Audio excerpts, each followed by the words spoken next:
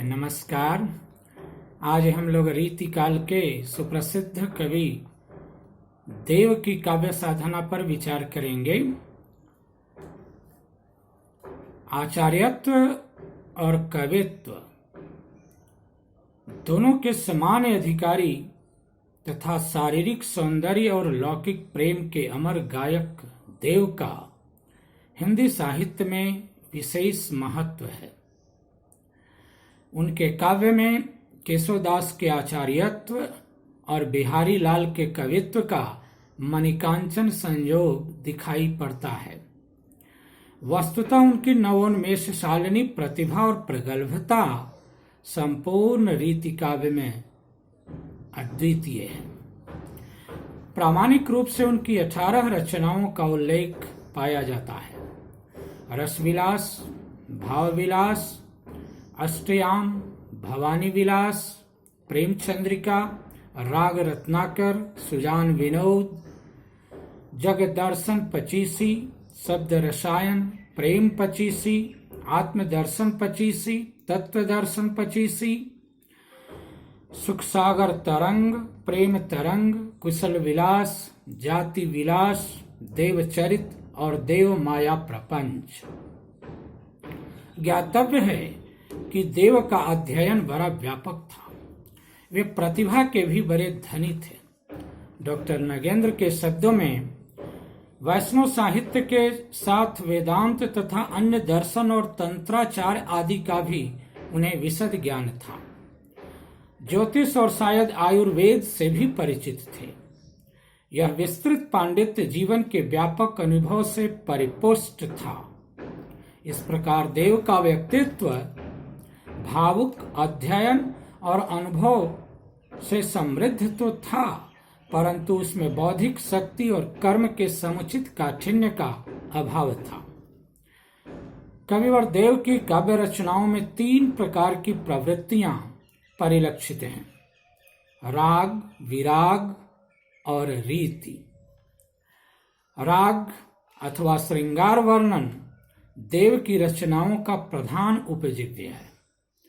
उनकी अष्टयाम, जाति विलास, रस विलास, सुजान विनोद, सुखसागर तरंग, प्रेम चंद्रिका और प्रेम 25 रचनाएं श्रृंगार परक ही हैं। श्रृंगार वर्णन में रूप वर्णन, नायिका भेद तथा हास विलास आदि का उन्होंने विशद वर्णन किया है। संयोग श्रृंगार के साथ उनका विरह वर्णन भी अत्यंत मार्मिक है। देव ने श्रृंगार रस की महत्ता को स्वीकारते हुए अन्य रसों को उसके अंतर्गत ही देखा है। निर्मल श्याम श्रृंगार, हरिदेव आकाश अनंत, उरी उरी खगजों और रस विवसन पावते अंत। भावत सहित श्रृंगार में नवरस झलक अजत्न, ज्यों कंकन मणि कनक को ताही में नवरत्न।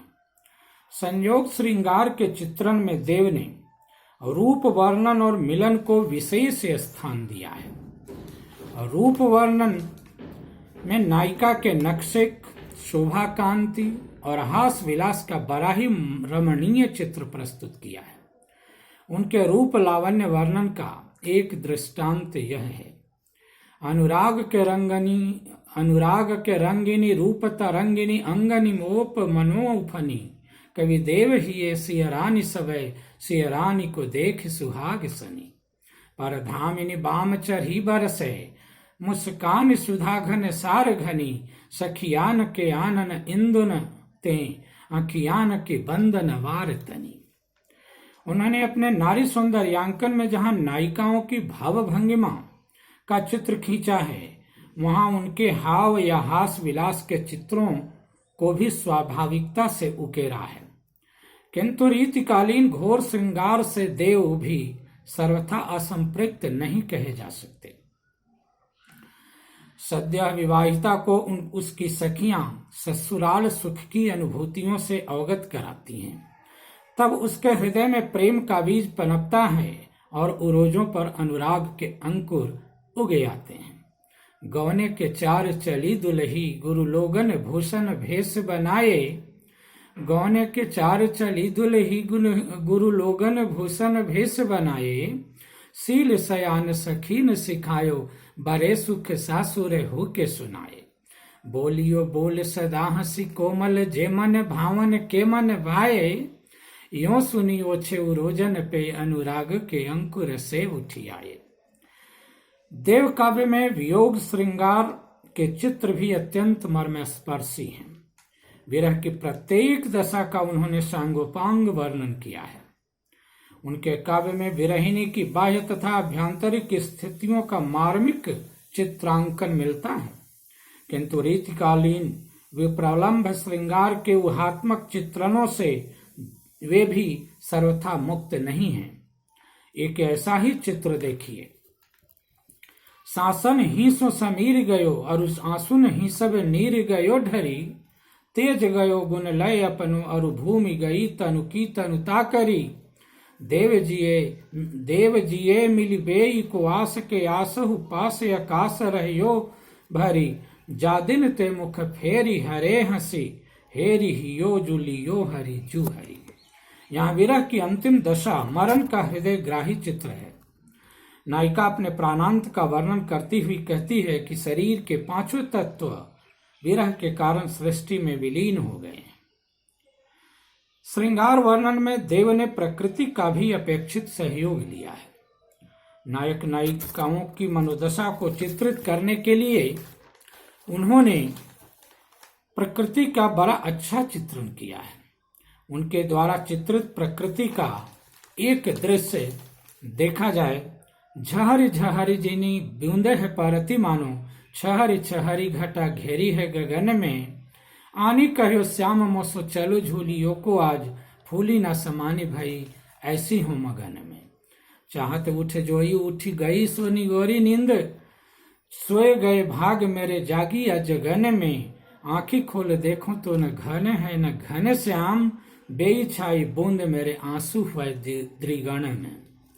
इसी प्रकार उनकी रचनाओं में वसंत और शरद ऋतु का भी बड़ा सरस और सजीव चित्रण है। जैसा कि बताया गया, उनकी दूसरी प्रवृत्ति विराग की है। विराग यानी भक्ति। देव राधा वल्लभ ही संप्रदाय के अनुयायी थे। उन्होंने गोस्वामी हित हरिवंश से दीक्षा ग्रहण की थी। इस संबंध में उन्होंने स्वयं कहा है, देवचरित गुरुदेव की महिमा करी जग मौन, अब अजगर लीलय न तरु, जियत निकास है कौन। श्री गुरुदेव कृपालु की कृपा सुबुद्धि समीप, तिमिर मिटे प्रगटय हृदय मंदिर अनुभव दीप। उन्होंने वैराग्य शतक और देव माया प्रपंच में सांसारिक असारता और क्षणभंगुरता को व्यक्त किया है। उनकी वैराग्य भावना के संबंध में डॉक्टर नगेंद्र का कथन है कि देव का वैराग्य मूलतः अतिरूप राग की प्रतिक्रिया ही है। देव काव्य की तीसरी प्रवृत्ति आचार्यत्व की रही है। उन्होंने अपने ग्रंथ भाव विलास और काव्य रसायन के माध्यम से काव्यांगों का विवेचन कर अपने आचार्यत्व की गरिमा स्थापित की है।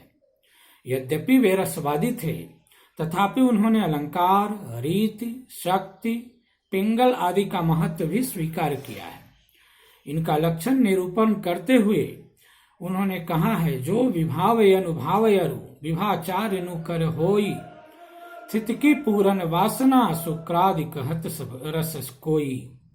उनका यह कथन बड़ा प्रसिद्ध है कि अभिधा उत्तम काव्य है, मध्य लक्षणालीन, अधम व्यंजना रस विरस, उलटी कहत प्रवीण।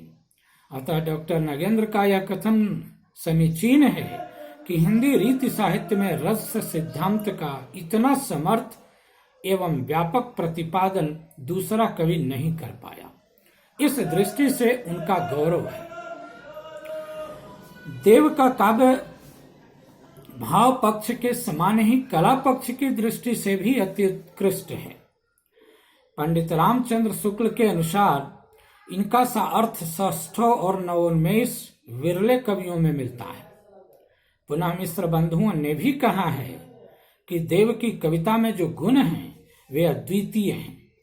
वस्तुतः देव के काव्य में काव्य कला के सभी उपादान बड़ी कलात्मकता से संयोजित हैं। इस प्रकार हम पाते हैं कि हिंदी रीतिकालीन कवियों में देव का स्थान अत्यंत महत्वपूर्ण है।